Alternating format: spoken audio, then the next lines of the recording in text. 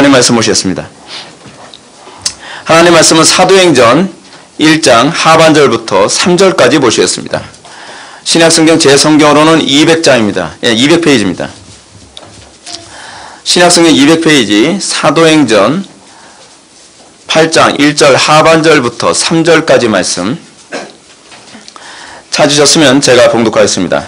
그날에 예루살렘에 있는 교회에 큰 박해가 있어 사도 외에는 다 유대와 사마리아 모든 땅으로 흩어지니라. 경건한 사람들이 스데반을 장사하고 위하여 크게 울더라. 사울이 교회를 잔멸할세 각 집에 들어가 남녀를 끌어다가 옥에 넘기니라. 아멘. 이 시간은 사도행전 51번째 강의가 되겠습니다. 그날에 라는 제목으로 하나님 말씀 증거하도록 하겠습니다. 그날에. 지난 시간 좀 오래됐죠? 지난 시간에 무슨 일이 있었는지 여러분 기억나십니까? 지난 시간에 스데반 돌아가셨습니다. 그 사건이 있었어요. 지난 시간에 우리가 스데반이 순교당한 사건을 살펴보았습니다. 스데반의 순교를 살펴보면서 우리는 터툴리안의 말을 다시 한번 떠올리게 됩니다. 이건 철칙입니다. 뭐죠? 순교자의 피는 교회의 씨앗이다. 오늘날 우리는 이걸 잘 믿질 않습니다. 우리는 프로그램이 교회의 씨앗으로 생각을 합니다. 그쵸? 레크레이션 같은 거. 네? 굳이 꼭 우리가 희생해야 되는가? 우리가 꼭 순교해야 되는가? 순교를 하실 때 꼭 목이 잘리는 것만 얘기하는 것이 아닙니다. 날마다 나는 죽노라의 삶을 살아가는. 그래서 요한계시록에서는 성도를 어떤 명제로 규정을 하죠? 목배임을 받은 자. 네. 우리의 정과 육을 십자가에 못 박은 삶을 살아가는 사람들. 날마다 자기를 부인하며 살아가는 존재들. 자기를 부인하고 우리의 정과 육을 십자가에 못 박았을 때라야만 우린 비로소 그리스도와 동행이 가능합니다. 왜 우리는 그리스도와 동행하지 못하나요? 여러분, 그리스도와 동행하는 게 여러분 프로그램으로 가능하다고 생각을 하십니까? 여러분, 그리스도와 동행하는 것이 무슨 좋은 음악으로 또는 감동적인 예화로 여러분 가능할 거라고 생각합니까? 그거다 피상적인 겁니다. 제가 방금 금주의 묵상에서도 여러분한테 말씀드렸던 것처럼 진짜로 아는 사람, 진짜로 이해한 사람은 그 사용을 안다고 그랬습니다. 그 사용할 줄 아는 것, 그리스도와 동행함이 무엇인지를 실제로 아는 사람은 어느 시대든지 항상 뭐라고 표현했죠? 터툴리안처럼 얘기합니다. 순교자의 피는 교회의 씨앗이다. 여러분, 제가 우리 홈페이지에다 올린 정규만 장로님에 관한 얘기를 제가 광고 시간에 잠깐 했지만 한번 꼭 읽어보십시오. 정규만 장로님의 와이프가 얼마나 남편한테 핍박받아가면서 신앙생활 했는지 모릅니다. 그러다가 이 정규만 장로님의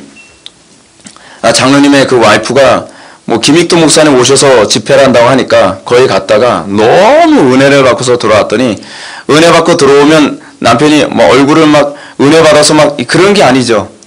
은혜 받았다고 딱 들어왔더니 남편이 어떻게 행동하냐면 어디서 이렇게 늦게 와 해가지고서 곧바로 따귀를 날려버린 거예요.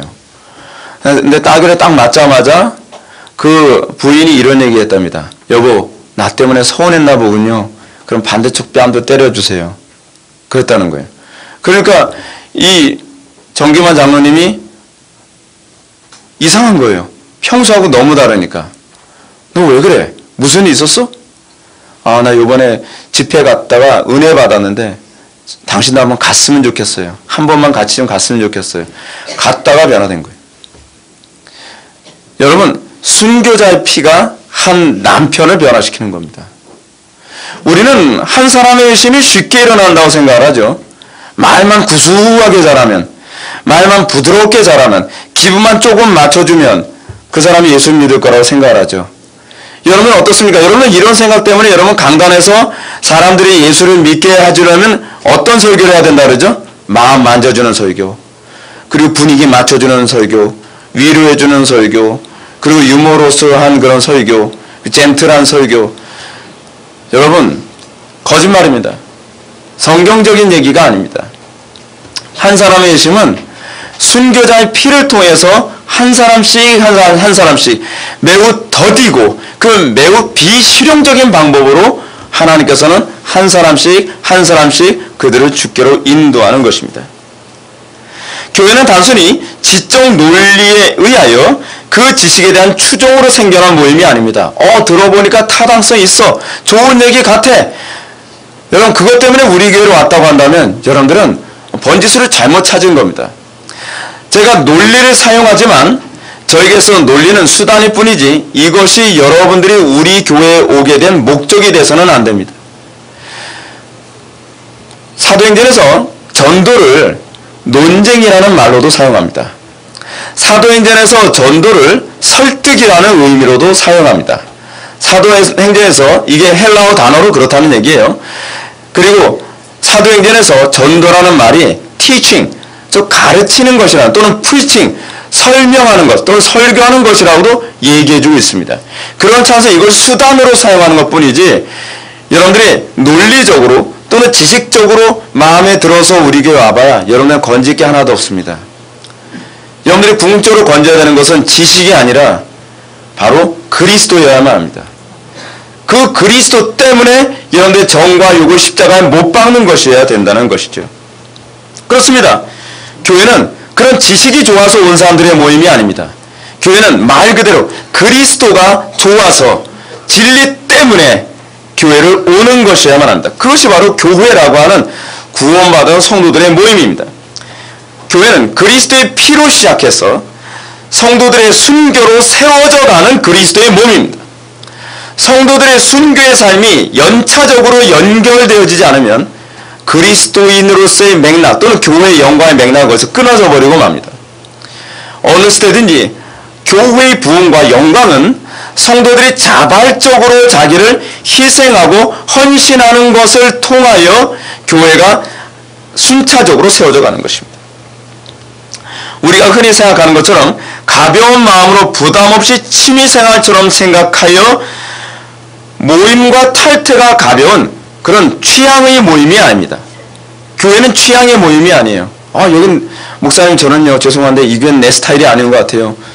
그럼 무슨 스타일? 무슨 스타일 찾는 건지 모르겠어요. 강남 스타일?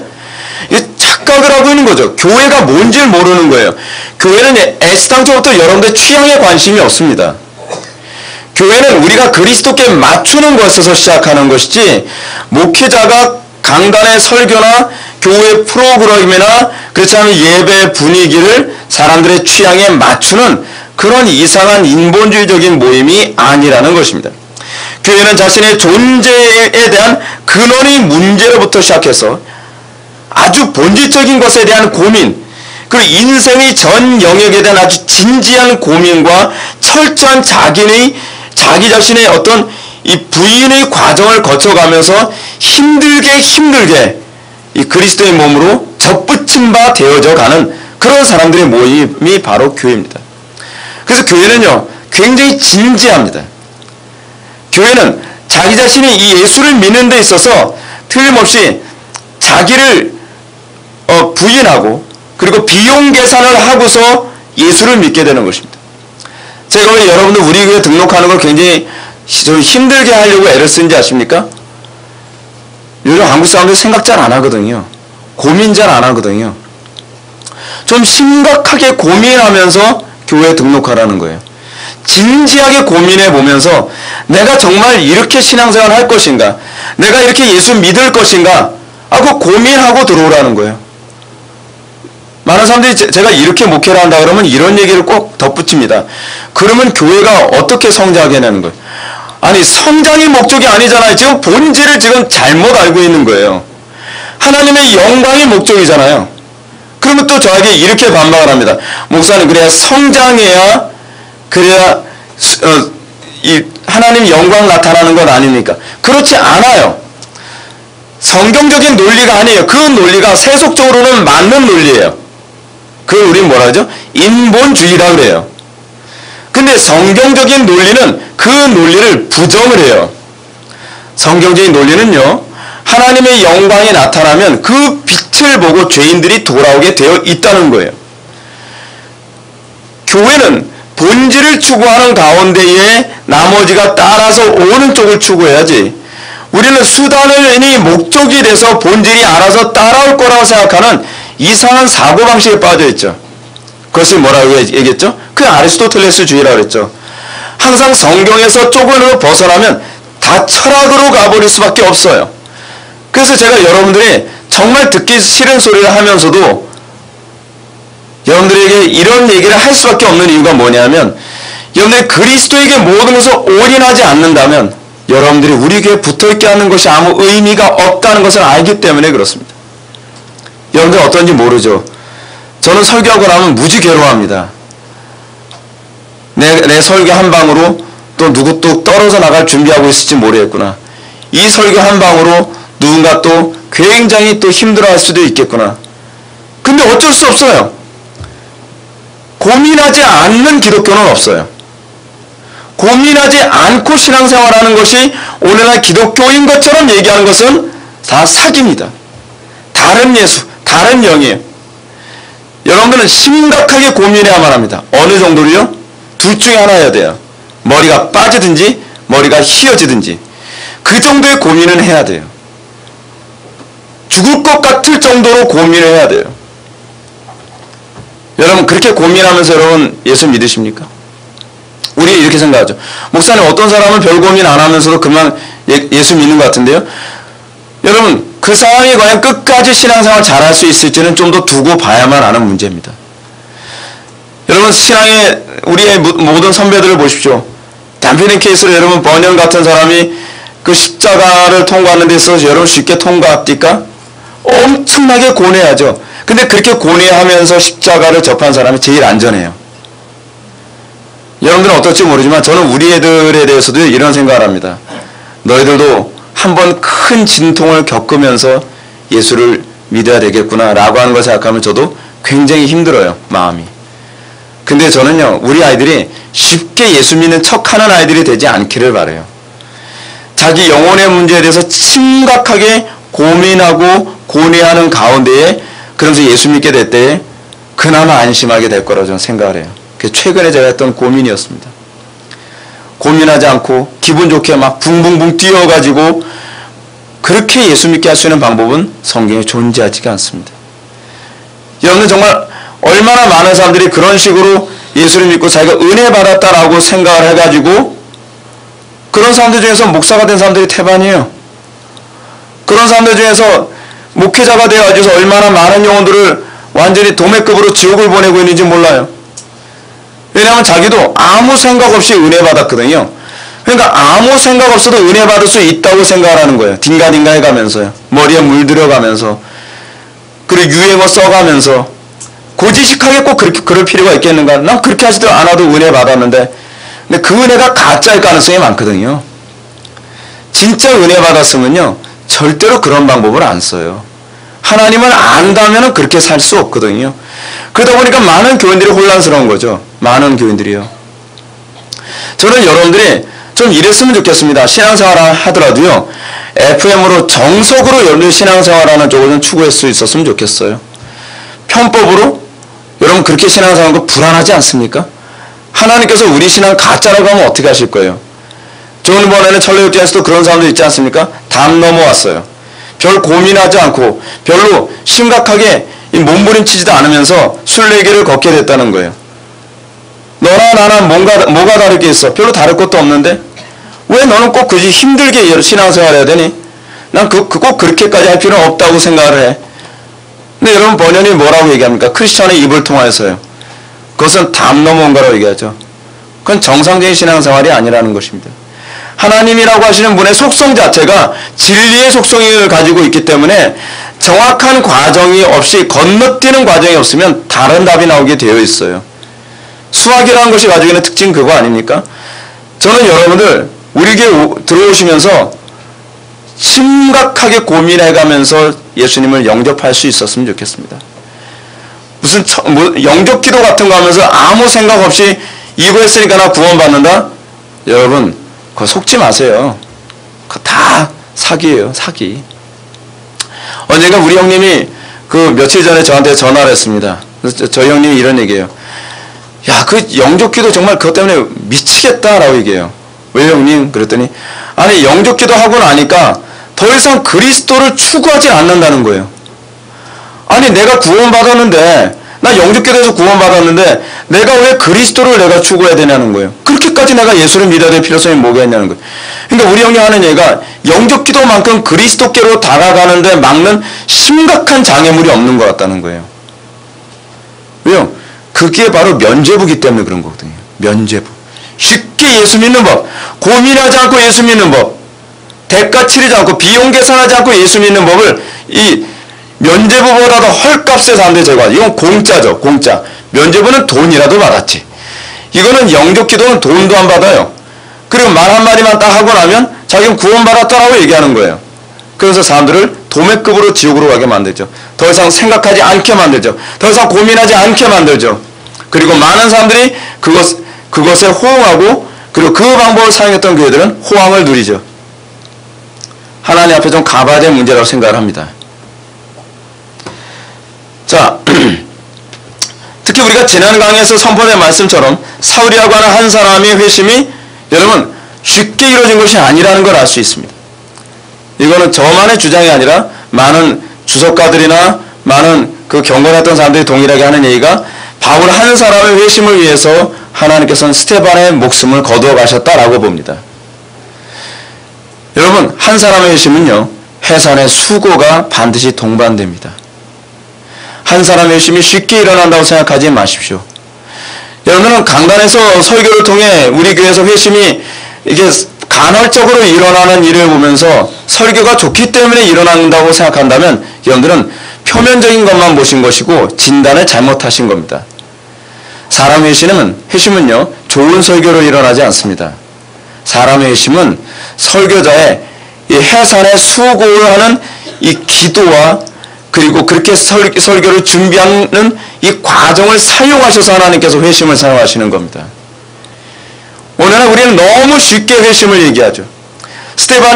하나님께서 스데반의 생명을 거둬가심으로 하나님께서는 바울이라고 하는 한 사람의 영혼을 주님께서 구원하시는 방식을 사용하셨습니다. 우리는 중생이라는 사건을 이렇게 생각합니다. 마치 운명적인 기계적 과정의 결과로 생각합니다. 저 사람은 구원하기로 작정했으니까 시간 됐네? 그럼 너 예수 믿어? 여러분 그런 거라고 생각하십니까? 물론 하나님께서 작정하신 시간에 한 사람을 회심시키십니다. 근데 놀라운 사실은 한 사람의 회심이 일어나기 전에 하나님께서는 보이는 곳이든 보이지 않는 곳이든 어떤 누구의 기도를 사용하시거나 어느 누구의 어떤 해산의 수고를 사용하고 계신다는 것은 반드시 있는 일입니다. 저 한 사람의 회심이 전 그냥 일어났다고 생각하지 않습니다. 전 우리 부모님의 기도가 저에게 이 회심을 가능하게 했다고 저는 믿습니다. 여러분들이 그렇게 구원을 받았을 때에 여러분들은 어떤 현상이 나타나냐면 다른 사람의 회심을 위해서 내 목숨을 또 바치며 또는 해산의 수고를 하며 내가 복음을 증거해야 된다고 하는 당위성을 인정하게 됩니다. 여러분들이 쉽게 예수를 믿으면 여러분들 예수를 쉽게 믿는 것이라고 생각하는 것과 동일한 원리입니다. 하나님은 사울의 회심을 위해서 스데반의 순교를 해산의 도구로 사용하셨습니다. 칼빈이 만일 선한 사람들이 교회를 위하여 해산하는 수고를 기꺼이 감당하지 않았다면 여러분들은 출생하지도 않았을 것입니다 라고 하는 말은 칼빈의 주장입니다. 칼빈조차도 한 사람의 회심은 성도들의 이 해산의 수고의 결과라고 얘기합니다. 그래서 교회가 뭐예요? 성도들의 어머니의 역할을 한다는 거예요. 교회는 단순히 젖을 먹이는 곳인 것만이 아니라 교회는 또한 해산하는 곳이기도 합니다. 그것이 바로 교회입니다. 한 사람의 회심은 이렇게 해산의 수고를 통해서 이루어지는 것입니다. 공동체적 해산이 일어나기도 하고요. 또는 특별한 한 사람의 해산의 수고가 있기도 하고요. 또는 설교자의 해산의 수고라고 하는 방법을 사용하기도 하십니다. 그러므로 누가는 사울은 그가 죽임당함을 마땅히 여기더라라는 말을 통해서 이중적 의미를 우리들에게 던져주고 있다고 얘기했습니다. 첫 번째는 어떤 의미입니까? 바울의 입장입니다. 바울의 입장에서 봤을 때 스데반은 죽어 마땅한 사람이다 라고 봤다고 한다면 또 다른 의미는 누가의 관점입니다. 누가가 말하고자 하는 것이죠. 무엇입니까? 사울의 회심을 위해서 그가 순교의 제물이 되는 것은 마땅한 것이다. 여러분, 우리 주변에 여러분들 예수 믿기를 정말 바라는 주변의 친지들 또는 동료 신자들, 동료 어떤 친구들, 지인들이 있습니까? 해산에 수고하세요. 말주변만 사용하면서 무슨 거저먹으려 들지 마세요. 여러분 주변에 전도 잘한다는 사람들 치고 여러분 해산에 수고 안 하는 사람이 없습니다. 저는 개인적으로 우리 교회 지금 못마땅한 부분이 몇 가지가 있어요. 그것이 뭐냐면 주변 사람들이 정말 주님께로 돌아오게 하는 데 있어서 해산의 수고는 안 하고 잘 안 되던데요. 그런 소리 하면요 할 말이 없어요. 여러분 그 사람 주께로 돌아오게 하기 위해서 여러분 얼마나 해산의 수고하면서 기도해 봤어요. 그 사람 주께로 돌아오기 위해서 여러분 해산의 수고하면서 얼마나 고민해 봤어요. 여러분들 제가 여러분들 가르치면서 제가 보이는 모습 안 보입니까? 왜 이거는 여러분들이 잘 본받질 않는지 모르겠어요. 여러분들 한 명 한 명 바르게 쓰게 하기 위해서 제가 얼마나 해산에 수고하면서 기도하고 얼마나 해산에 수고하면서 지혜를 짜내고 또 짜내고 그러면서 제가 또 몸을 던지고 몸 상하고 목 상하고 다 상해가면서 한 명씩 주님께로 인도하고 있는 거 여러분 안 보입니까? 여러분 성속 이원론자입니까? 저 사람은 목사니까 그런 거 우리는 평신도니까 안 그래도 된다고 생각합니까? 왜 이건 전수가 안 됩니까? 왜 희생을 안 하려고 합니까 여러분? 왜 동료 신자들 또는 동료 주변에 있는 지인들 예수 믿지 않은 영혼들을 주께로 돌아오게 하면서 왜 해산의 수고 안 하려고 합니까? 그냥 말주변만 사용합니까? 그 말주변이 면죄부 아니에요? 면죄부? 여러분 지혜를 있는 대로 짜내는 것 또한 하나님께서 우리에게 원하시는 해산의 수고라는 거 여러분 알고 계십니까? 그 지체를 위해서 여러분 피눈물 흘려가면서 때로는 금식해가면서 여러분 기도하는 것 그것이 우리가 해야 될 해산의 수고라는 거 여러분 알고 계십니까? 그렇게 해야 돼요. 그러지 않고서 오길 바라면 그렇게 온 사람이 교회 재앙이 돼요 여러분. 해산에 수고하면서 한 사람씩 왔을 때 그 사람에게서 진정한 열매가 기대할 수 있는 거거든요. 그래서 제가 여러분한테 그런 말씀드리잖아요. 인터넷 보고 오는 그 사람 너무 기대하지 말라고요. 여러분들의 기도를 통해서는 해산에 수고하면서 한 명씩 온 사람이 그 사람이 진정으로 열매를 잘 맺지. 제가 농담적으로 그런 얘기 한다니까요. 우리 교회는 사람들이 전도하니까 기계가 전도한다고. 편리한 세상이라고. 희생 안 해도 기계만 그냥 잘 돌려도 전도된다고. 여러분 그걸 전도라고 생각합니까? 이게 정상적인 거라고 생각해요? 여러분 생각을 하세요. 생각을 해야 돼요. 우리가 얼마나 성경적이지 못한 영역이 많은지를 깨닫고 회개해야 된단 말이에요. 그렇습니다. 하나님의 나라는 이렇게 끊임없이 자기를 순교의 제물로 드리기 아까워하지 않는 사람들을 통해서 확장됩니다. 여러분 자녀들에게 믿음 들어가는 거요? 해산의 수고 좀 하세요. 저는 요즘 부모들 보면요. 게으름의 극치로 보여요. 게으름의 극치. 자녀들에게 믿음이 들어가는데 여러분 태어난 지 얼마 안 돼서 기저귀도 갈지 않은 아이 어린이집에 보내고 유치원에 보내고 초등학교 보내고 학원 보내고 해서 여러분 그러면서 믿음 들어갈 수 있을 거라 생각을 합니까? 좋은 교회 만나서 좋은 교육자 만나면 애들 믿음 들어가겠지. 들어갈 수 있어요. 근데 그 교육자가 피눈물을 흘리죠. 해산의 수고를 하죠. 그래서 제가 간혹가다 이런 얘기를 합니다. 제가 부교육자 생활할 때 학생들이 말 안 듣고 막 그때 제가 대놓고 이런 얘기합니다. 내가 너 더 사랑할 거 같니? 네 부모가 너 더 사랑할 거 같니? 나 장담하겠는데 내가 너 더 사랑한다. 왠지 알아? 네 부모가 네 영혼을 위해서 나만큼 기도해봤어? 네 부모가 나만큼 해산에 수고해봤어? 네 부모가 나만큼 희생해봤어? 내가 안 한 거 알거든? 난 네 부모보다 내가 너를 더 사랑한다고 확신할 수 있어. 내 말 들어. 전 그렇게 얘기해요. 요즘 부모들 자식들이 희생 안 해요. 돈 벌어서 여러분 먹여 살린 거 희생이라고 생각합니까? 여러분 그거는요. 개돼지한테도 해요. 제가 말이 지나칩니까? 여러분 주변에서 키우는 내 애완견한테도 여러분 돈 들여서 먹여 살리잖아요. 그걸 희생하라고 생각하지 마세요. 여러분들 진짜 여러분들 자녀들의 영혼을 사랑한다면 여러분 하나님 앞에 이 소위 순교의 피를 흘리듯이 여러분 기도하며 자녀를 위해서 여러분 헌신하는 법을 좀 배우란 말이에요. 게으름을 만족시키려 하지 마세요. 아이들이 내 인생의 걸림돌이라고 생각하지 마시란 말이에요.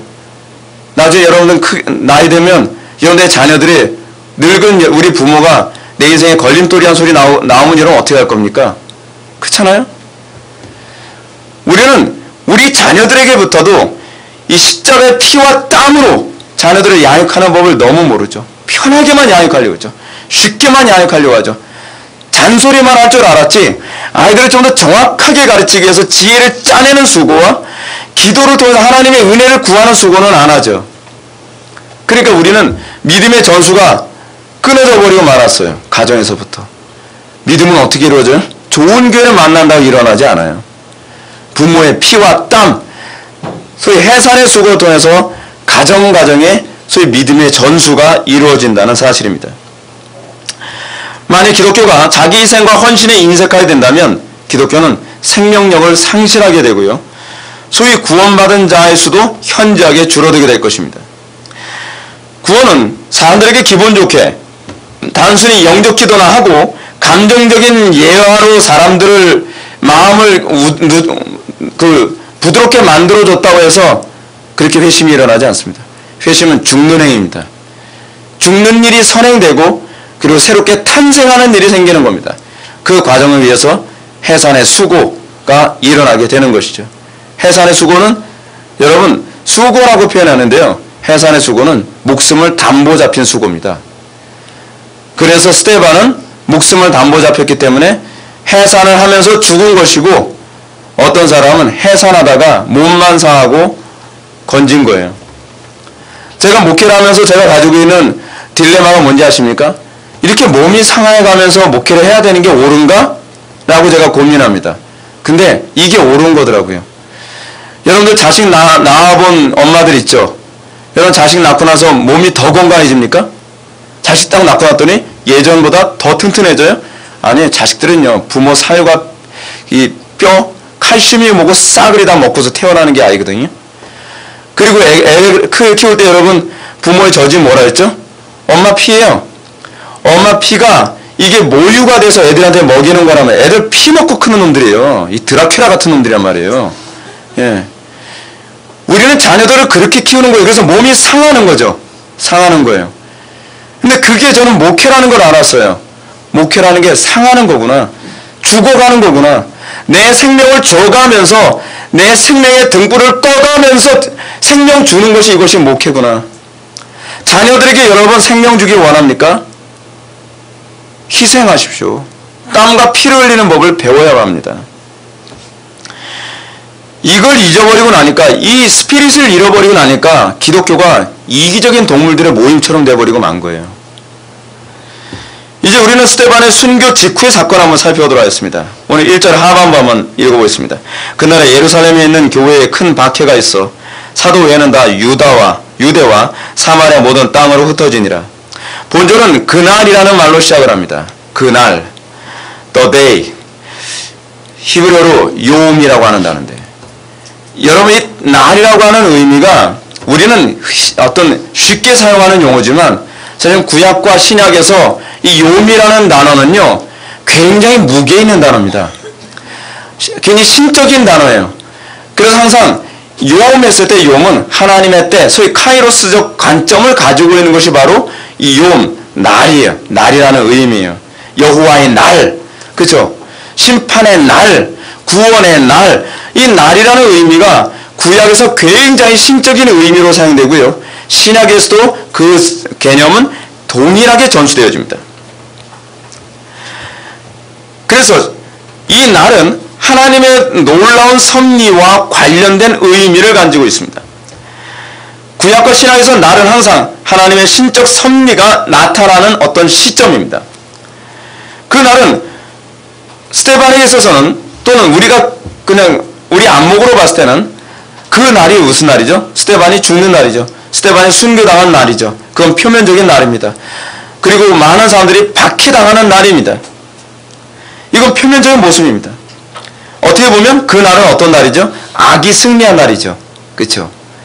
그리고 악한 자가 승기를 잡은 날처럼 보일 수 있습니다. 그러나 실제로 그 날에도 여전히 하나님의 주권이 행사되는 날입니다.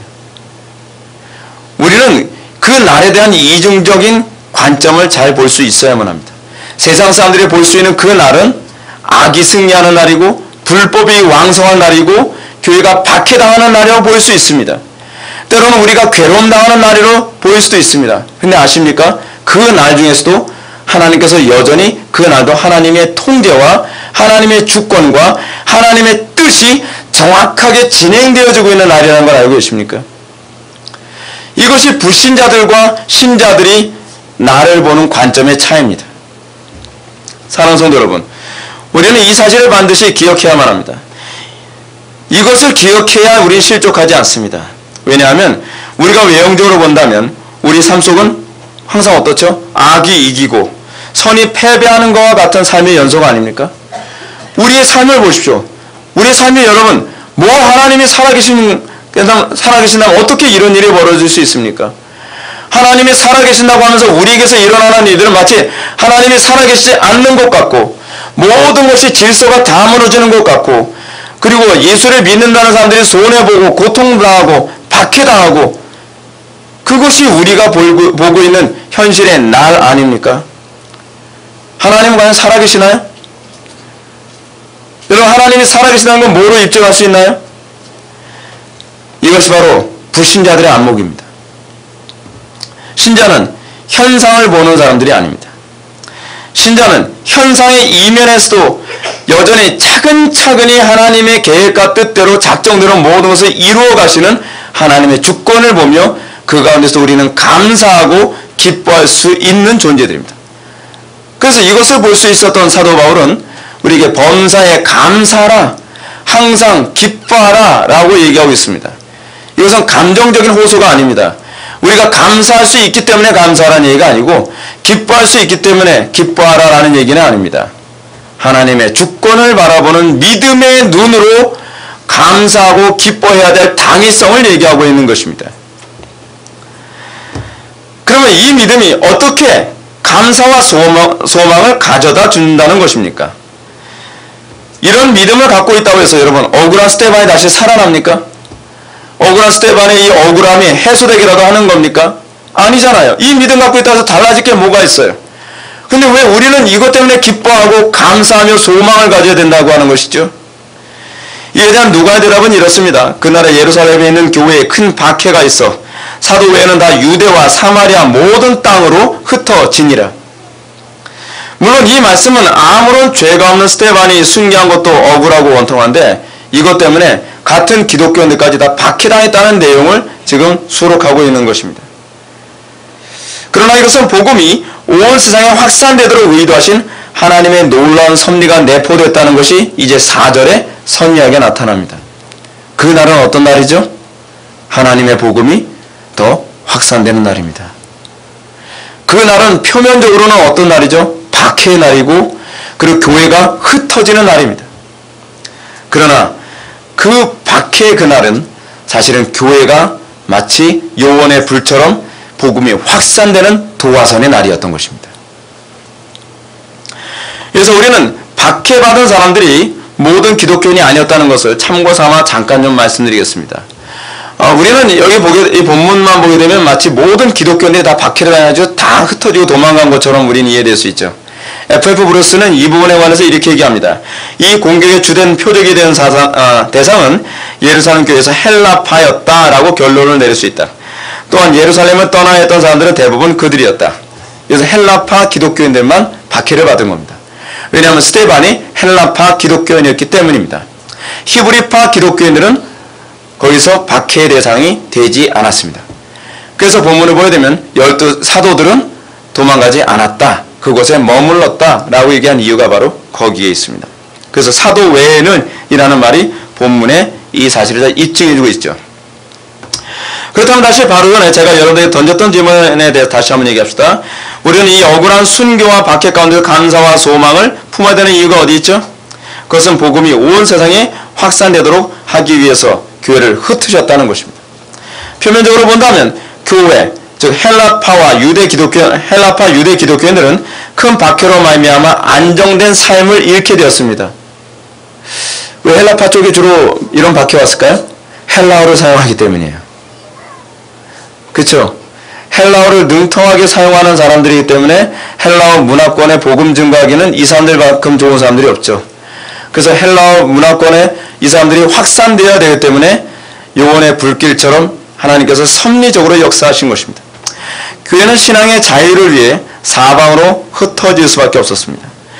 이제는 표면적으로 보면 어떻죠? 사랑하는 동료 신자들과 함께 모여서 기쁘고 자유롭게 커피 마시고 대화를 나누고 음식 먹던 그 낭만은 이제는 사라졌습니다.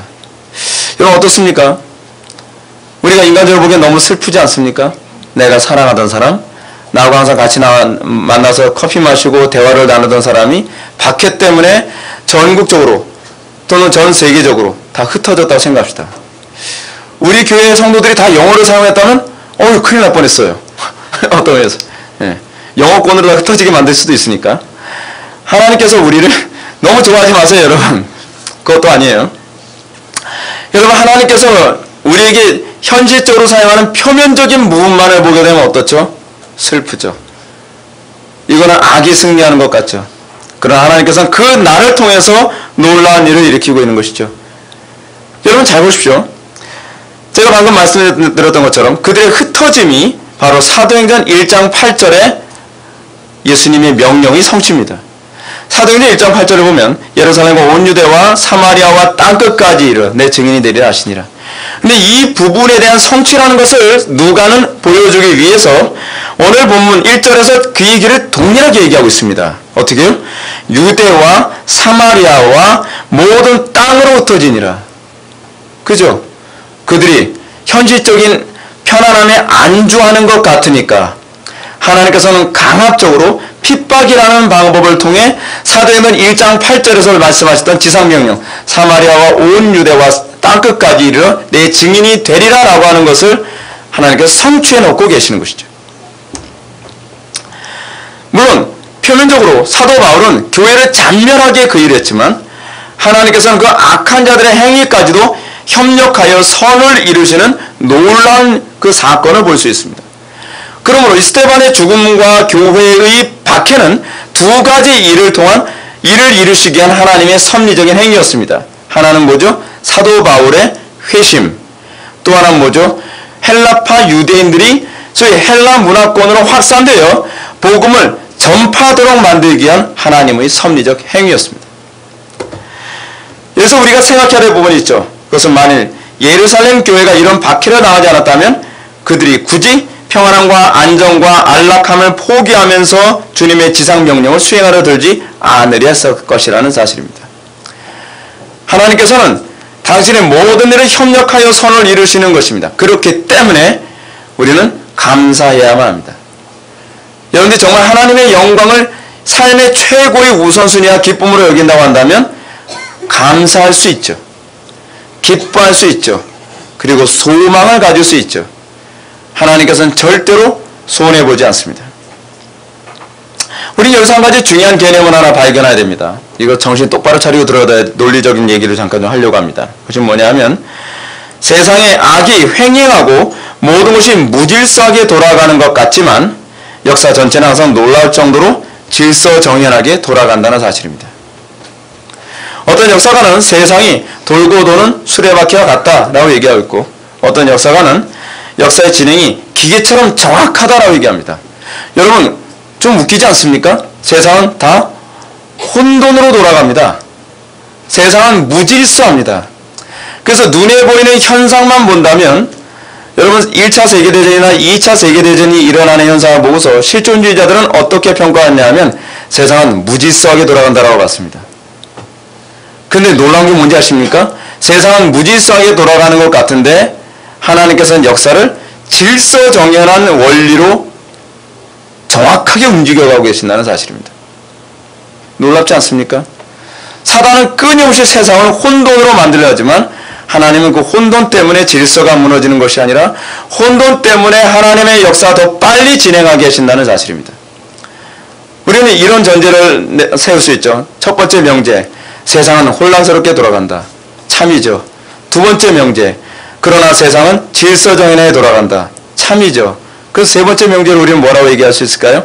하나님께서는 인간의 혼돈스러운 행위에도 불구하고 모든 것을 질서정연하게 움직이신다고 볼 수 있죠. 그것이 하나님의 주권적 섭리입니다.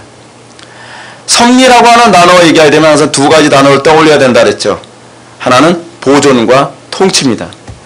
사단은 끊임없이 모든 것을 하나님의 통치를 걷어가 버리려고 애를 쓰고 하나님께서 하나님의 보존 행위를 다 걷어가려고 애를 쓰지만 그들의 혼란이 있어도 그들의 죄악, 인간이 죄악됨에도 불구하고 하나님께서 모든 것을 보존하시고 통치하시는데 아무런 지장이 없다는 사실입니다.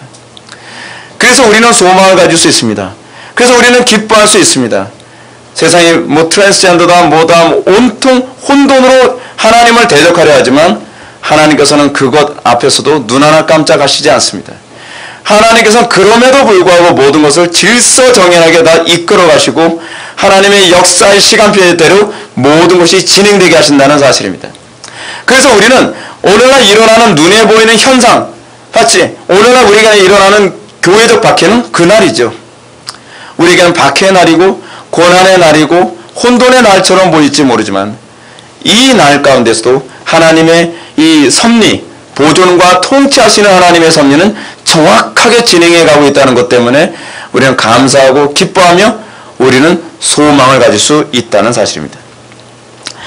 그런데 이렇게 세상을 주관하시는 하나님은 자신을 놀라울 정도로 은밀하게 감추십니다.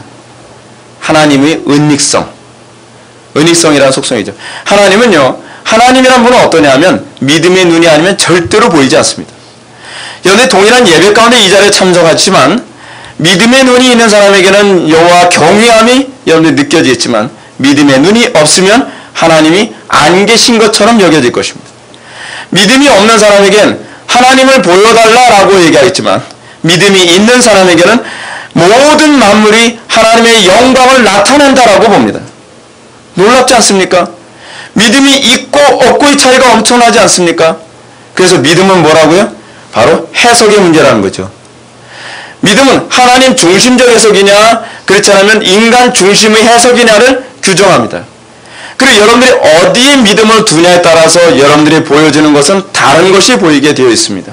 모 눈에 뭐만 보인다는 말처럼 여러분들이 만약에 재물을 믿는다고 한다면 여러분들 눈에는 재물만 보일 것입니다. 돈 버는 방법만 보일 겁니다. 여러분들이 쾌락을 추구하는 사람이라고 한다면 그것이 여러분들의 믿음의 대상이라고 한다면 여러분 온통 그것밖에 안 보일 것입니다.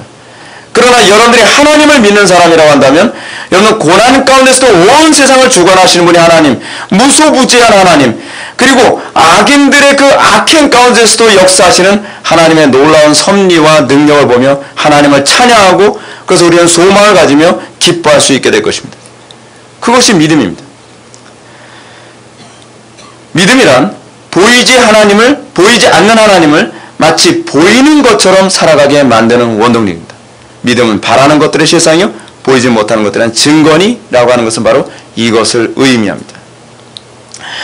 복음이 온 세상에 강력하게 확산되는 도화선에 불이 붙은 날, 우리는 그 날을 우리는 그렇게 볼 수 있습니다. 물론 당시 기독교는 그 날이 그렇게 보이는지 어떤지 모르겠습니다. 그러나 누가는 이 누가복음 8장을 기록하면서 그 날이 바로 하나님의 보존과 통치, 즉 섭리적 행위의 날이었다고 우리들에게 조명해주고 있습니다. 사랑하는 성도 여러분, 우리가 믿음을 가지게 되면 가장 먼저 나타나는 큰 변화가 무엇일까요? 소망을 갖게 된다는 것입니다. 믿음을 갖게 되면 여러분들이 나타나는 가장 큰 변화가 무엇일까요? 해석의 변화가 나타난다는 것입니다. 여러분들이 설교를 들으면서 믿음이 들어갔을 때 여러분들은 어떤 현상이 나타날까요? 가슴이 뜨거워지고 그리고 소망이 생기는 것으로 나타나게 됩니다. 왜냐하면 절망적으로 보였던 그 상황이 이제는 하나님의 안목으로 다시 바뀌면서 소망의 눈으로 보게 되기 때문에 그렇습니다. 그 날, 절망적으로 보여지는 스테반이 죽은 날이고 절망적으로 보여지는 헬라파 기독교인들이 박해를 당해 사랑하는 모든 사람들이 사방으로 흩어지는 그 날에 믿음의 눈으로 다시 보게 될 때에 그들은 기뻐하며 감사하고 소망을 둘 수 있는 날로 다시 보이게 됐죠. 사랑하는 성도 여러분, 여러분들에게 하루하루의 삶, 그 날이 여러분들에게 어떤 눈으로 보여집니까? 저도 믿음이 떨어지면 그 날이 절망의 날처럼 보여집니다. 믿음이 떨어지면 그 날이 낙심하는 날로 여겨집니다. 저도 재간이 없습니다. 왜냐하면 항상 소망을 가지고 살아가는 것이 제 인격에서 나오는 것이나 제 생리적인 성품에서 나온 것이 아니라 하나님의 은혜에서 나타나는 것이기 때문에 그렇습니다. 그래서 그리스도인들은 절망의 시점에 기도하는 자리로 나올 수밖에 없습니다. 여러분들 절망의 시점에 기도를 포기하지 마십시오. 절망의 시점에 하나님께서 일하시는 그 소망의 그 사건, 소위 은닉해 계시고 하나님이 살아계시지 않는 것처럼 당신 자신을 감춘 그 모습의 망토를 펼쳐서 하나님 당신의 행위를 나에게 보여주소서라고 기도하시기 바랍니다. 그러면 그 날이 여러분은 더 큰 소망과 기쁨의 날로 보여지게 될 것을 믿으시기 바랍니다. 기도하시겠습니다. 사랑이 많으신 하나님, 우리에게 주어진 현실은 절망과 슬픔과 괴로움의 날로만 보여질 수밖에 없습니다. 주님께서 우리의 눈을 열어주시사 마치 게하시의 눈을 열어 여호와의 군대를 보게 하셨던 것처럼 우리의 눈을 열어 여호와의 그 놀라운 일하심을 볼 수 있게 하여 주시사 우리가 환난 가운데서도 기뻐하며 절망 속에서도 소망을 볼 수 있는 그 견고한 믿음을 소유할 수 있도록 은혜 베풀어 주옵소서. 모든 것 주님께 의탁하며 사랑이 많으신 예수님의 이름으로 기도드립니다. 아멘.